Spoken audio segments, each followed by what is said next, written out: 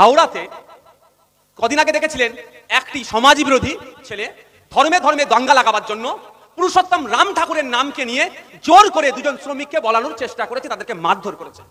পুরুষোত্তম রাম ঠাকুর প্রজা হিতৈষী ছিলেন, প্রজাদের জন্য তিনি সংসার পর্যন্ত করেননি, ভাবতে পেরেছেন? তার নাম দিয়ে দাঙ্গা করানোর চেষ্টা করেছে। পুলিশ তার বিরুদ্ধে কোনো অ্যাকশন নেয়নি।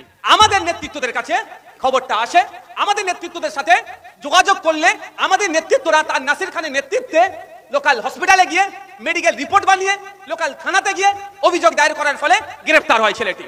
এটা তো বিজেপির বুকের চেঞ্জিং করা দরকার না? আমরা কি দেখলাম যে আমাদের নাসির খানের নামে ওখানকার লোকাল থানা মিথ্যা, অসত্য, ফেক সুমোটো মামলা করে অ্যারেস্ট করেছে। সে এখন আমার বীর যোদ্ধা পুলিশ কাস্টাডিতে আছে, তাদেরকে আমরা জামিন করিয়ে মালা পরিয়ে ঘরে পাঠাবো। কিন্তু বোঝানোর জন্য বলছি আপনাদের, আমরা কার বিরুদ্ধে মামলা করালাম ধরতে গেলে বিজেপির এক ওয়ান টাইপ অফ সাপোর্টারের বিরুদ্ধে, আর রাজ্য সরকার তাতে রাগ হয়ে গিয়ে আমার ছেলের নামে মিথ্যা মামলা দিয়ে দিল।